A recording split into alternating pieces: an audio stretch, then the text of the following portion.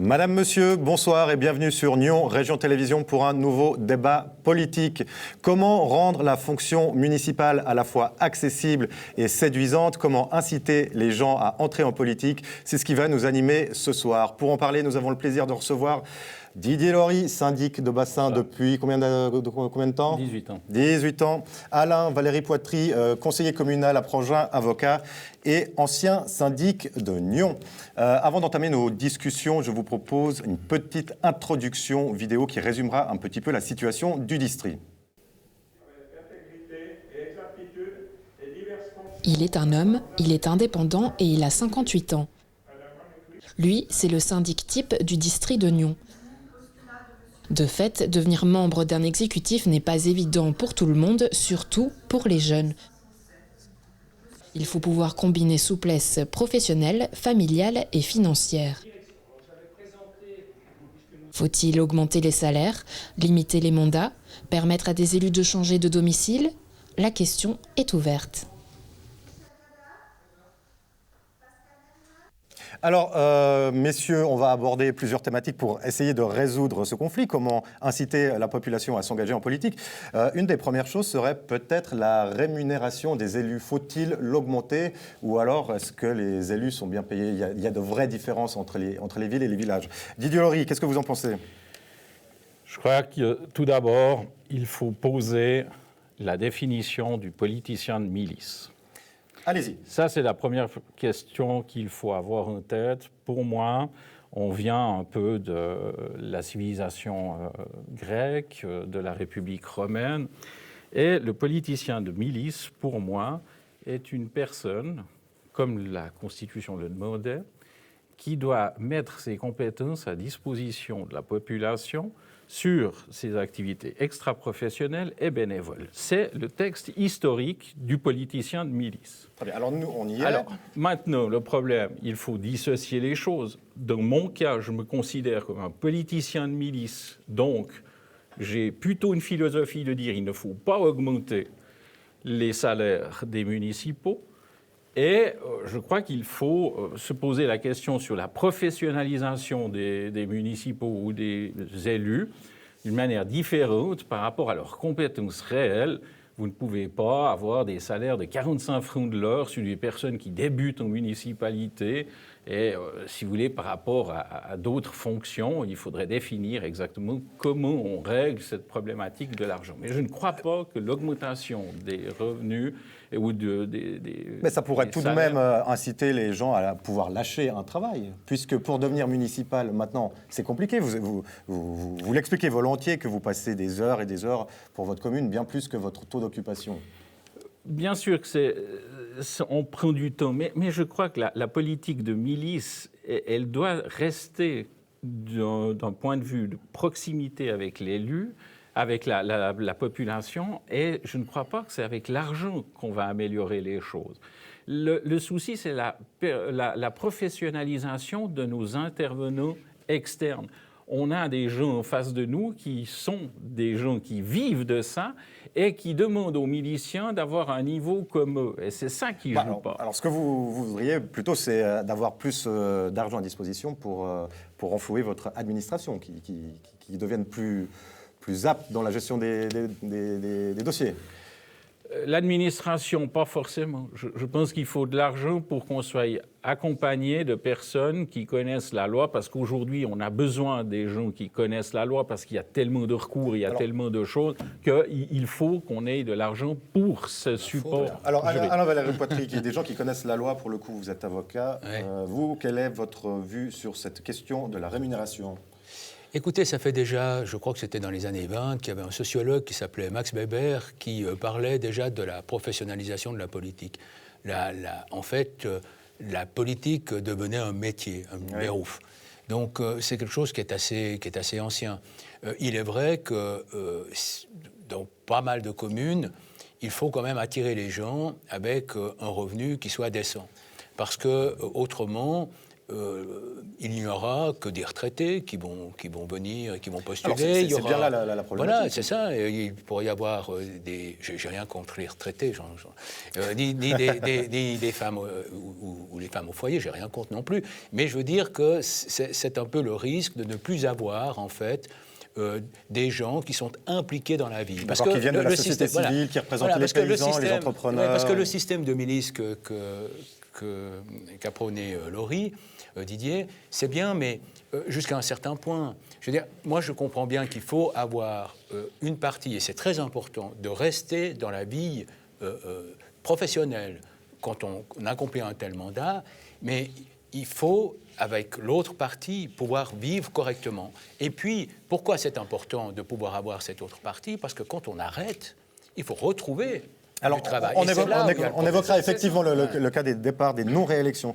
Didier Laurie, vous comprenez ce que dit Alain Valliere-Poitry, c'est-à-dire que fondamentalement, oui, vous vous appuyez sur une tradition. Est-ce qu'il ne faut pas un petit peu dépoussiérer tout ça? Bien sûr qu'il faut dépoussiérer. Vous savez combien je suis pour l'innovation. Mais je crois que dans la politique où nous en sommes aujourd'hui, avec le clivage ville-campagne, parce que réellement c'est ça le problème, c'est cette professionnalisation du politicien qui court après les mandats et que ça devient une obsession quasiment de pouvoir être rémunéré par rapport à ça.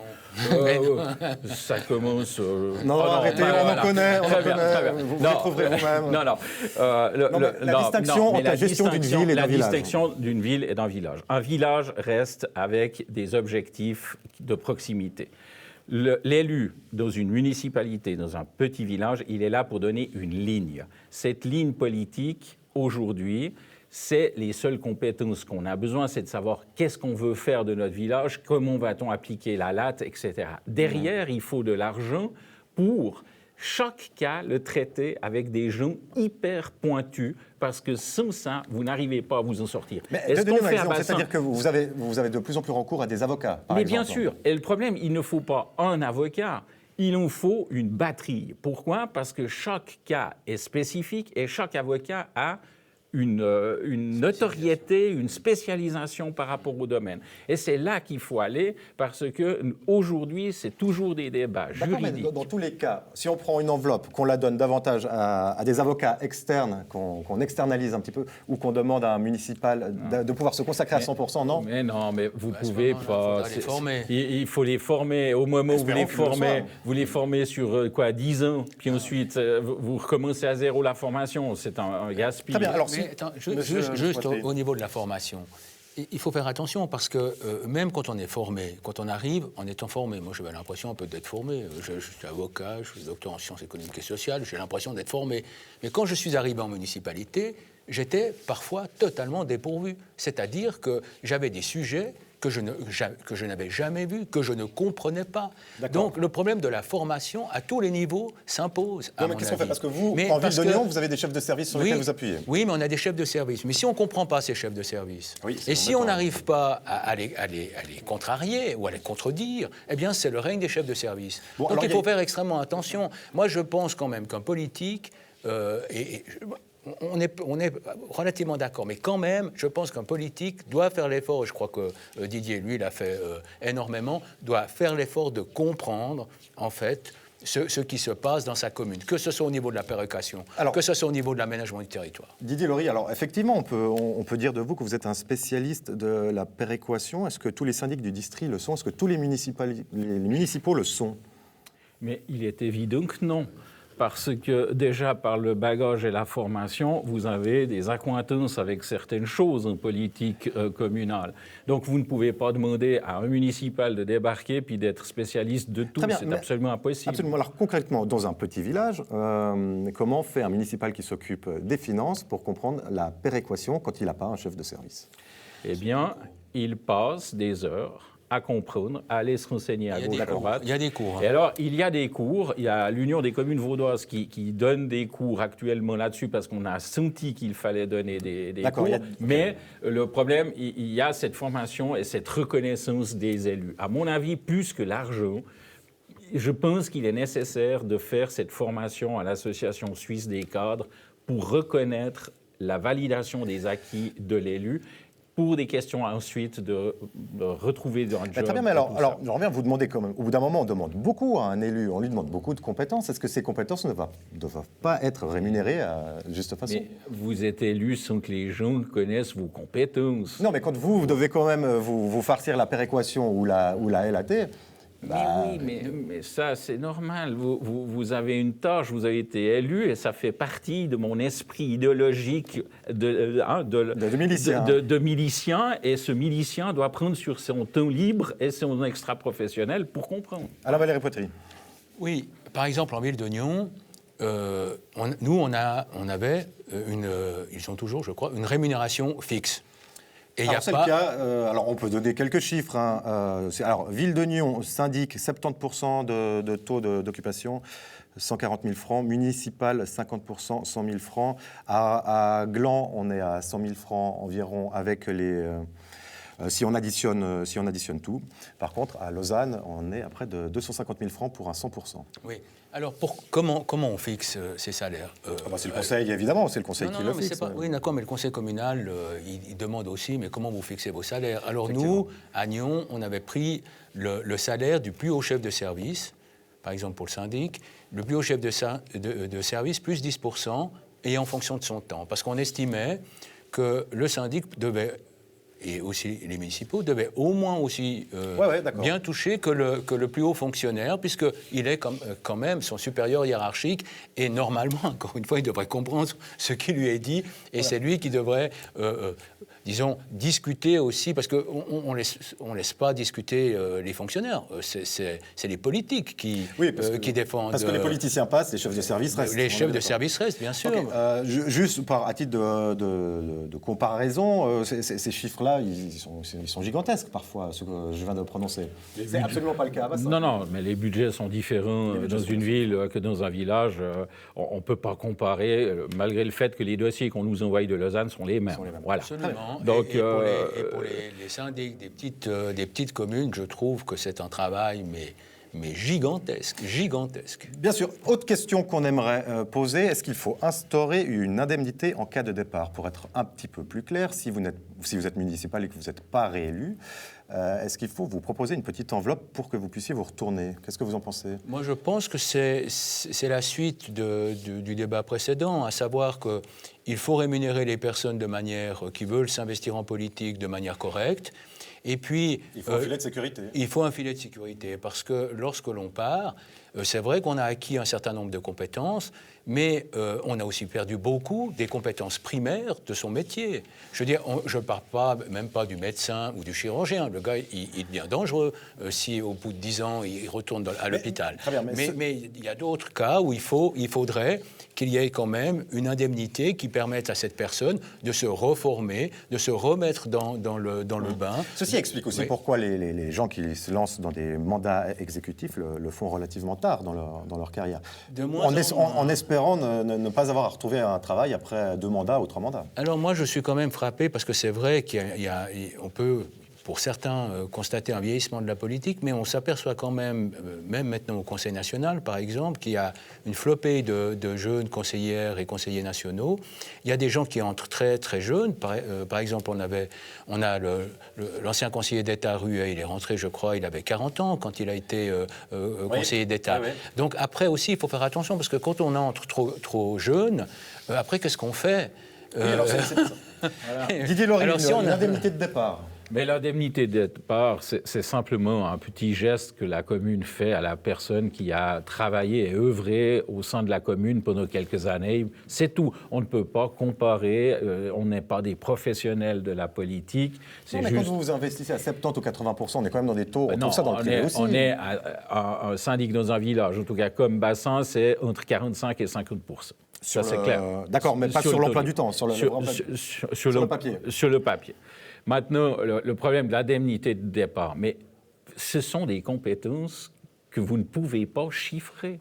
C'est un milieu tellement particulier que c'est très difficile de dire comment vous allez juger la Bien sûr, forme. à Lausanne, ils proposent 6 mois de salaire. Oui, mais parce que c'est pas pour ça. oui. Hein. C'est pas pour oui, mais il faut remettre les choses entre le professionnel et le milicien. Je considère qu'en ville, ce sont des professionnels. Dès qu'ils ont des taux de 50%, 40%, ce sont des professionnels. La problématique du départ, elle doit être négociée. Dans des villages, nous sommes d'accord. Dans les villages, nous ne sommes pas des professionnels. On ne peut pas considérer qu'on doit avoir une indemnité de départ. Bon, alors on l'a bien compris, il faut séparer syndic des villes, pour moi, syndic des il y a chambres. une séparation dans le débat de la rémunération qui est importante.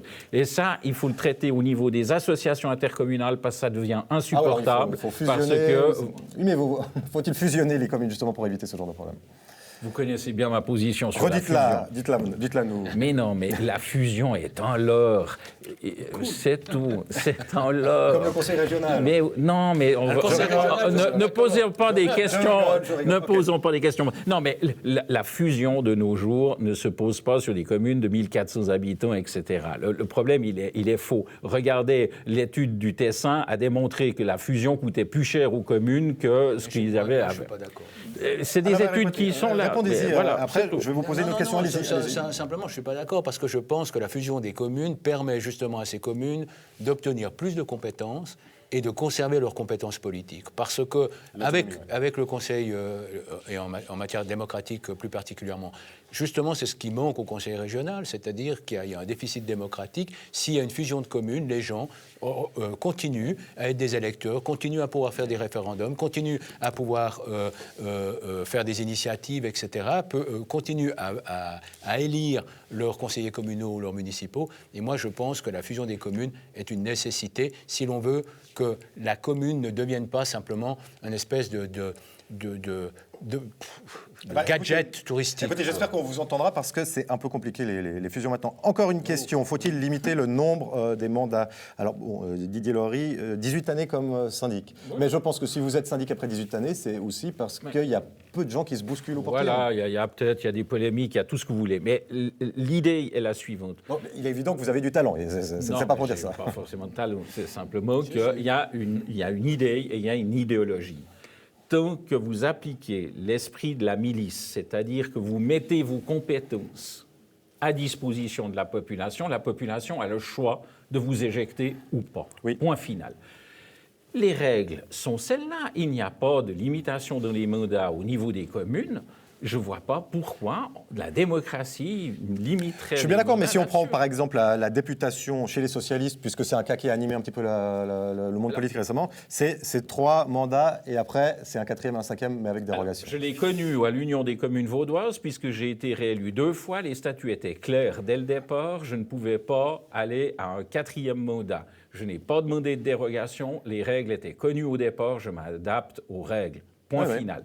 Dans le cas d'une commune, il n'y a pas de mandat qui vous est limité et je crois que le peuple sanctionne. Donc pourquoi imposer de nouveau des choses alors que le peuple a le choix C'est de savoir si ça peut inciter, un renouvellement des autorités, c'est tout. Au contraire, si la haine s'installe et que ça ne va pas, c'est là qu'on devrait avoir des candidats qui sortent du bois et qui assument et qui viennent affronter et qui prennent des risques. Parce que c'est ça le problème aux politiques, c'est que vous prenez beaucoup de coups. Oui, ça c'est certain, vous en avez pris quelques-uns, effectivement. Ouais. Alain Valéry Poitry, une dernière question. Peut-on imaginer qu'un élu puisse déménager de sa commune? Alors, évidemment, vous êtes bien placé. J'aurais bien voulu répondre, eh bien... si c'est possible. Non, mais en 2 mots. Moi, je suis assez d'accord avec Didier lorsqu'il dit que, pour finir, c'est la population qui choisit. Et celui qui se présente au bout de la 5e fois, eh bien, la population peut le sanctionner. Et c'est vrai que, par contre, l'envers de la médaille, c'est que ça ne laisse pas beaucoup de place aux jeunes. Et souvent, il y a une espèce de prime au sortant. Et cette prime au sortant, eh bien, elle empêche peut-être des jeunes de venir. Voilà. Mais... Donc ne changeons pas, laissons-le. Je ne trouve pas vraiment qu'il faut changer. Je reviens à ma question. Alors, Valéry Poitry, oui. Y a-t-il une lex Poitry? On en a parlé un petit peu tout à l'heure. Faut-il autoriser des élus à pouvoir déménager? Alors, prenons un cas très simple. On parlera du vôtre tout à l'heure. Non, pas vraiment. On ne parlera pas du vôtre. Non. Vous en avez bien parlé pendant des années. D'accord. Non, prenons un cas d'un élu qui connaît une situation conjugale difficile, qui divorce, qui doit quitter, qui doit changer, qui doit trouver un autre appartement. Alors, actuellement, il est obligé de cesser son mandat. Oui, c'est même extrêmement clair. Le moment où on change de commune, on n'a même pas besoin de démissionner, on est démissionnaire. C'est un peu, on a démissionné à l'insu de son plein gré, si vous voulez. Donc c'est on ne respecte plus les conditions. On ne respecte plus les conditions, donc on est démissionnaire. Moi, je pense quand même que la personne qui a été élue à un poste et qui se trouve dans cette situation que vous indiquez tout à l'heure, eh bien, moi, je pense que cette personne devrait pouvoir finir son mandat. Alors, bien entendu, c'est lui laisser un délai. Lui laisser un délai. Et puis surtout, bon, ça va dépendre aussi où il va aller. Je veux dire, si le gars, il va à la commune à côté. Franchement, je trouve ça un peu surréaliste de l'obliger.